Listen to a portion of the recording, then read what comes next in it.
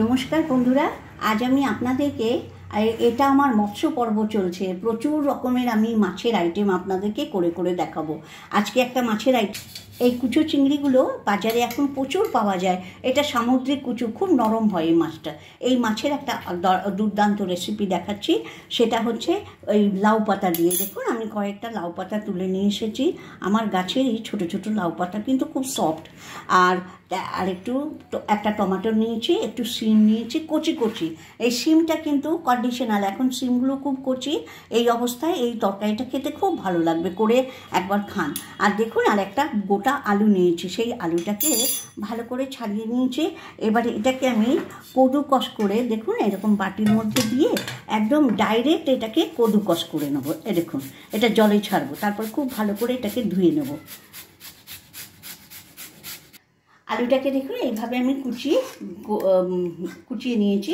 এবারে এটাকে ভালো করে জল দিয়ে ধুয়ে নিচ্ছি। আলুটাকে জল ঝরিয়ে, একদম চিপে জল ঝরিয়ে এটাকে আলুটাকে আলাদা করে ধুয়ে রেখে দিলাম। এতেই আমি ম্যারিনেট করবো সব কিছু। দেখুন, এই শিমটাকে একদম কুচো কুচো করে কেটে নেবো। এরকম ছোটো ছোটো কুচি কুচি করে কেটে নিচ্ছি। শিমটা কাটা হয়ে গেছে, ধুয়ে এতে দিয়ে দিচ্ছি। একটা টমেটোর কুচি করে দিয়ে দিলাম। আর কাঁচা লঙ্কা দুটো, এই লঙ্কাগুলোর খুব ঝাল আছে, তাই খালি দুটো কাঁচা লঙ্কা আমি এখানে করে কেটে দিলাম। এবার দেখুন, এটাতে মাখা যাবে না, তার জন্য আমি একটা অন্য পাত্রে, একটু বড় পাত্রে এটাকে ঢেলে নিচ্ছি। দেখুন আমি কী কী দিয়েছি, আলু দিলাম, টমেটো দিলাম, কাঁচা লঙ্কা দিয়েছি আর শিম দিয়েছি। এবারে এই মাছটা দিয়ে দেবো। দেখুন, এই যে আমি মাছটাও জল ঝরিয়ে ভালো করে চিপে রেখেছিলাম। জল ঝরিয়ে রাখবো, বেশি জল হলে না এই পাতাতে গড়িয়ে যাবে, তার জন্য জলটা ঝরিয়ে ভালো করে ধুয়ে এটাকে আমি এর সঙ্গে মিশিয়ে দিচ্ছি। আর কী কী দিচ্ছি এবারে দেখুন। এবার এটাকে ম্যারিনেট করব, তার জন্য প্রথমে নুন নিয়ে নিচ্ছি পরিমাণ মতো, যতটা লাগবে অতটা নুন নিলাম। এবার দেখুন, আমি একদম 1 গ্রাম করে, বেশি না, দেখুন 1 গ্রাম দিচ্ছি ধনে গুঁড়ো, 1.5 গ্রাম দিচ্ছি হলুদ গুঁড়ো, আর 1 গ্রাম দিচ্ছি জিরে গুঁড়ো। আর লঙ্কা গুঁড়োটায় একটু বেশি দিচ্ছি, 1.5 গ্রাম মতো।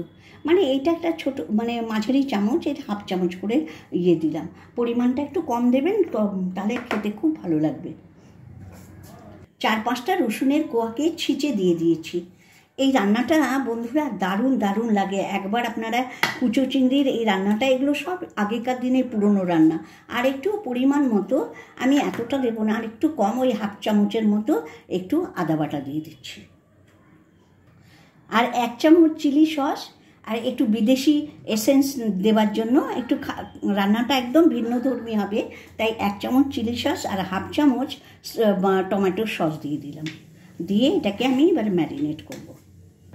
এবারে আমি এটাতে এরকম এই 2 চামচ সর্ষের তেল দিলাম, বেশি দেবো না, 2 চামচ তেল দিয়ে এটাকে ভালো করে আমি এটাকে ম্যারিনেট করব।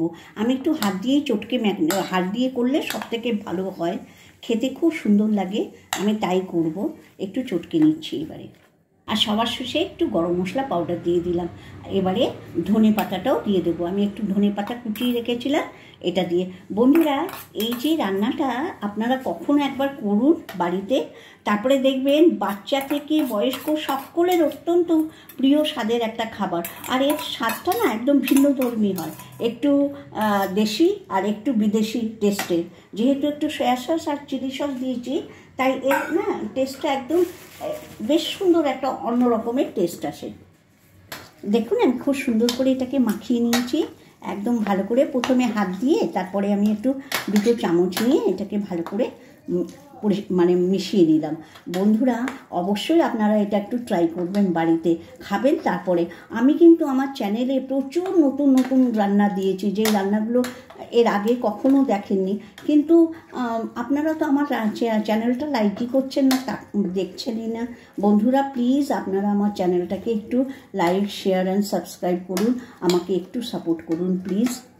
একটা ননস্টিক তাওয়া নিয়ে নিয়েছি, এমনি বাড়িতে যে কোনো তাওয়া হলেই হবে। সামান্য একটু তেল দিয়ে নিলাম।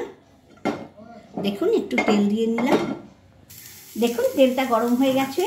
এবারে আমি এইখানে পাতাগুলোকে এইভাবে বসিয়ে দিচ্ছি।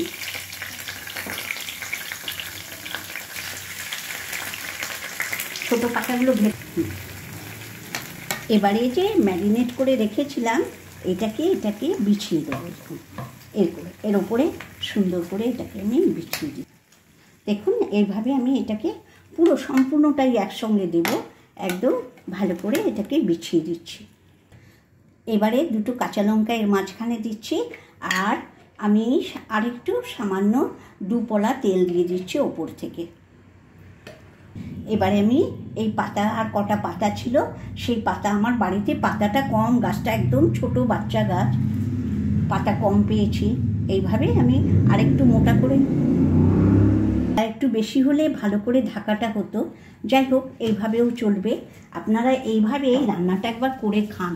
আর এইভাবে আমি এটাকে সিম অবস্থায়, বেশি আঁচটা দেব না, এটা সিম অবস্থায় আমি 20 মিনিট এটাকে ঢেকে, 20 থেকে 25 মিনিট দেখে নেব সব সেদ্ধ হয়ে গেছে কিনা।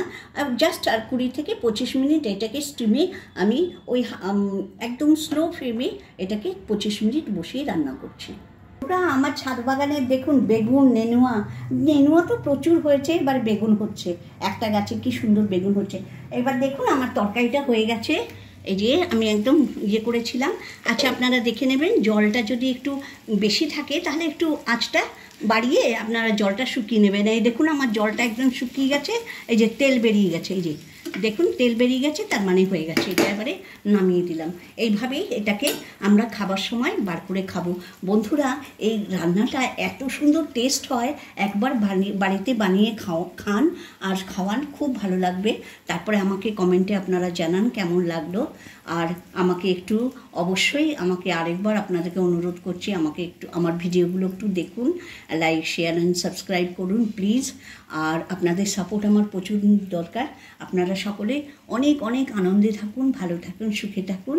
আর ভিডিওটা শেষ করার আগে সকলের সুস্থতা আর মঙ্গল কামনা করে আজকের মতো ভিডিওটা এখানেই